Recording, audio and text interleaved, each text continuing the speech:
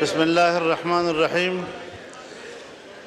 الحمد لله رب العالمين، والصلاة والسلام على سيد المرسلين وعلى آله وصحبه أجمعين.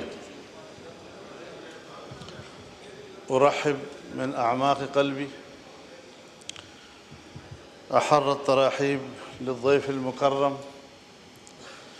الدكتور فضيلة الشيخ صالح البدير والوفد المرافق معه، ومعالي السيد السفير نواف المالكي سفير خادم الحرمين الشريفين، فضيلة الشيخ نورتم أجواء باكستان بوجودكم المبارك، وشرفتم برلمان باكستان بقدومكم الميمون، ومجلس الشورى. نسأل الله عز وجل أن يجعل قدومكم المبارك سبباً لتزويد العلاقات بين البلدين المملكة العربية السعودية وجمهورية باکستان الإسلامية. جناب اسپیکر، ہماری کچھ روایات ہیں اور معزز مہمان اس پارلیمنٹ میں نے بہت اکابرین کو دیکھا ہے. بے نظیر بھٹو صاحبہ کے دور میں یاسر عرفات تشریف لائے، یہاں پر طیب اردگان نے خطاب کیا، دوسرے بین الاقوامی زعماء یہاں تشریف لائے،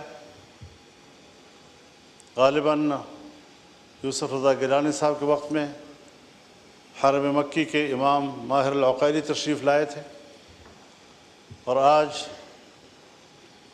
حرم نبوی مسجد المصطفیٰ صلی اللہ علیہ وسلم کے امام ہمارے امام ہیں. ان روایات کو برقرار رکھتے ہوئے ہمیں اپنے داخلی سیاسی معاملات کو اہمیت نہیں دینی چاہیے، بلکہ مہمان مکرم ہمیں سعودی عرب کی دوستی، ان کا تعلق، حرمین شریفین کا احترام، اس کی فضیلت اور مسلمانوں کے وحدت کی علامت، اس پر اس اہمیت کو اجاگر کرنا چاہیے. دونوں ملکوں کے تعلقات ہر شعبے میں باہمی تعاون، بقائے باہمی کا شعور، اس پر ہمیں گفتگو کرنی چاہیے.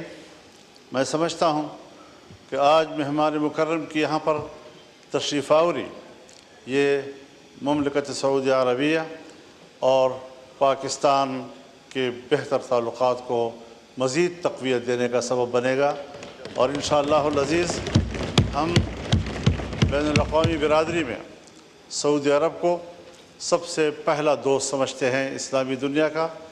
اس کو یہ حق دیتے ہیں ہم کہ وہ اسلامی دنیا کی قیادت کرے، وہ اسلامی دنیا کے مسائل میں امت مسلمہ کی رہنمائی کرے. آج اگر مسلمانوں کو درپیش مسائل ہیں، چاہے کشمیر کا مسئلہ ہو، چاہے برما کے مسلمانوں کا مسئلہ ہو، چاہے آج غزہ اور فلسطین کا مسئلہ ہو، میں سمجھتا ہوں پاکستان اور سعودی عرب مل کر یہ دونوں ان مسائل کو عالمی سطح پر اٹھانے، اسلامی دنیا میں اٹھانے، اور سعودی عرب میں خود یہ قوت موجود ہے کہ وہ عرب لیگ کی فورم پر ان مسائل کو اٹھائیں تاکہ ان کے حل کے لیے ہم راستہ نکالیں اور مسلمانوں کے پرامن مستقبل کے لیے ہم سوچیں. یہ ہم سب کے مسائل ہیں. میں اس حوالے سے کسی قسم کی اپنے داخلی معاملات اور سیاسی معاملات پر آج گفتگو کرنے سے گریز کروں گا. یہ پارلیمنٹ ہیں، یہ ہم ہیں، تو یہ باتیں بھی ہیں، یہ مسائل بھی ہیں، یہ بحث بھی ہے، یہ تنقید بھی ہے، جواب تنقید بھی ہے، غزل بھی ہوگی، جواب غزل بھی ہوگا، سب چلتا رہے گا. کوئی ایسا مسئلہ نہیں ہے، کہیں نہیں جاتے کوئی مسائل، لیکن یقیناً ہمیں ایسا ماحول پیدا کرنا تو جو میں بصدر احترام عرض کرنا چاہوں گا، جو ماحول اس وقت اس ایوان میں پیدا ہوا، میں بحیثیت اس ایوان کے ایک ممبر کے اپنے معزز مہمان اور ان کے وفد سے معذرت کرتا ہوں۔